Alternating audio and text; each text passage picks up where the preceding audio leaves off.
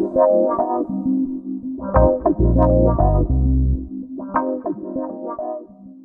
right, the guys at Canon, they never sleep. They constantly keep coming up with cool cameras like this one.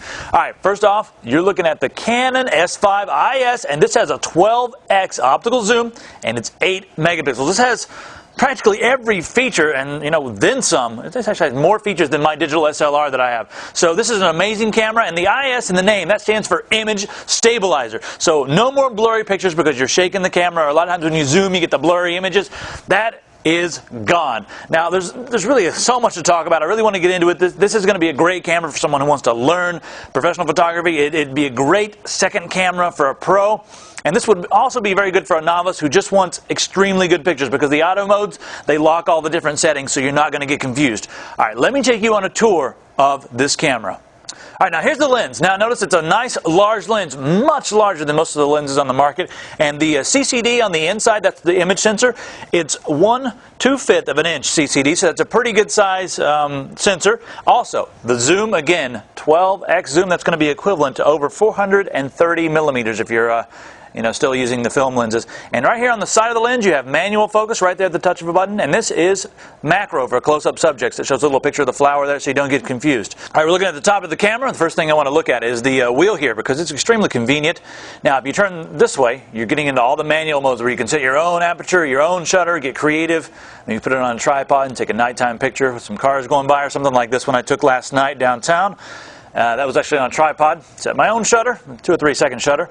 Now, if we go the other way, here are all the preset modes like portrait, landscape, even have some sports modes, and all kinds of different scene modes. You've seen these in a lot of cameras. This one actually had a few scene modes that are unique, and I really started using some of these scene modes. I'll show you those in a minute.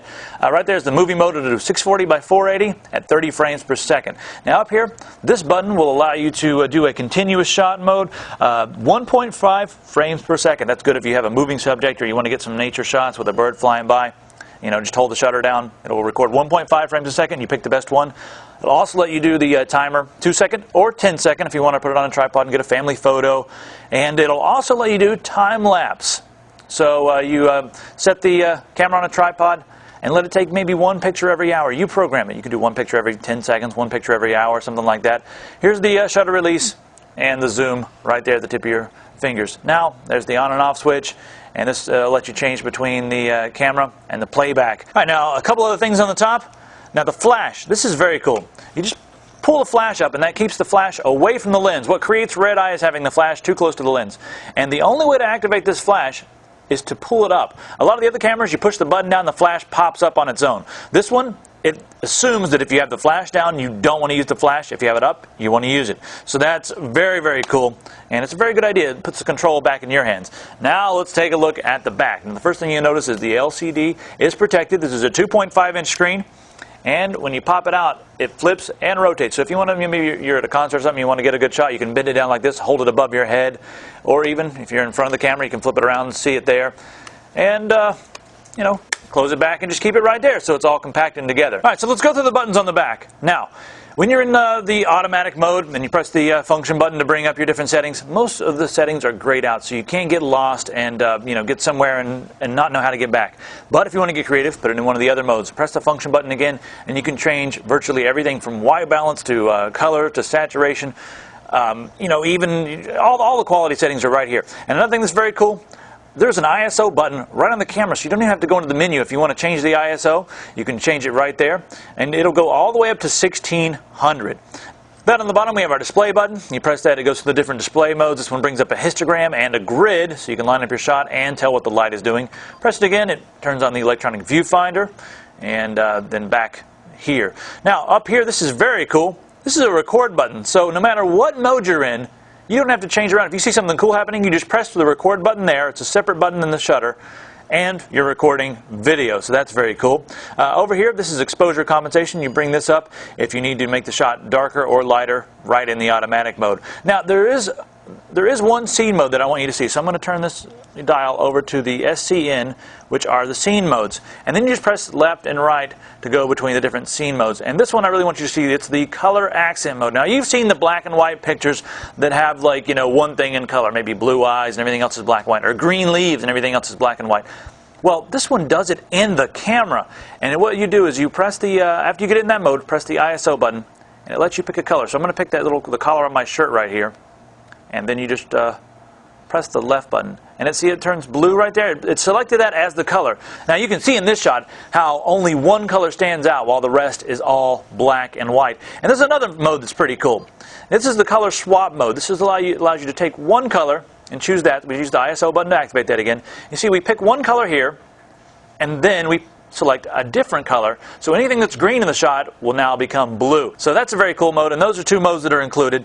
There's several other modes, like I said, the night scene, indoor, foliage, several modes, but those two are really the two standout modes of the camera that really set this apart from the others. Now, if I turn the camera over to the side here, you'll see that you have the audio ins and outs and also the USB right under this little panel here.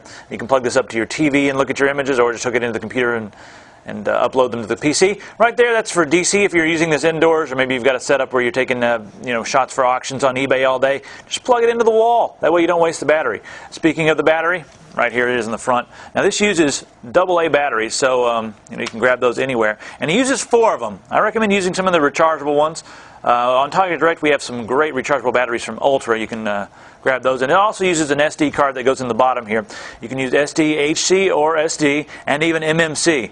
So, and those will go right in there. Now, a few of you are probably scratching your head saying, what is SDHC? Well, that is a high-capacity SD card, and those go all the way up to 16 gigabytes currently. So you're going to be able to get a lot of storage on one of those, and this will use them. So you're good to go. Another thing I wanted to show you on the top, right here, that is a hot shoe. So if you have a Canon flash, if you want to install a really, really large flash on this, it'll accept it right there, and it'll use any of the current Canon flashes on the market. So that's a very, very nice feature. Now, like I said, this camera has all the bells and whistles. It's extremely easy to use because of the click wheel, and it gives me everything that I have on my digital SLR plus some. And that color swap mode and the color accent mode, those are two very cool modes. Before you had to go into Photoshop and select the colors and remove them, and it was a long process. It does it right in the camera. My wife loved that mode. She went crazy with it. I think we probably have too many pictures where, our eyes are blue and everything else is black and white. But hey, we're having a lot of fun. This is one of the most complete cameras I've ever seen, and this is a no-brainer for anybody who wants to really, really get into photography and really take some good pictures. If you guys have any questions about this camera or any other cameras, send me an email, logan@tiger.tv. I'll see you next time. For more information about this Canon PowerShot S5 IS, go to tigerdirect.com and type C930-1342 into the search box.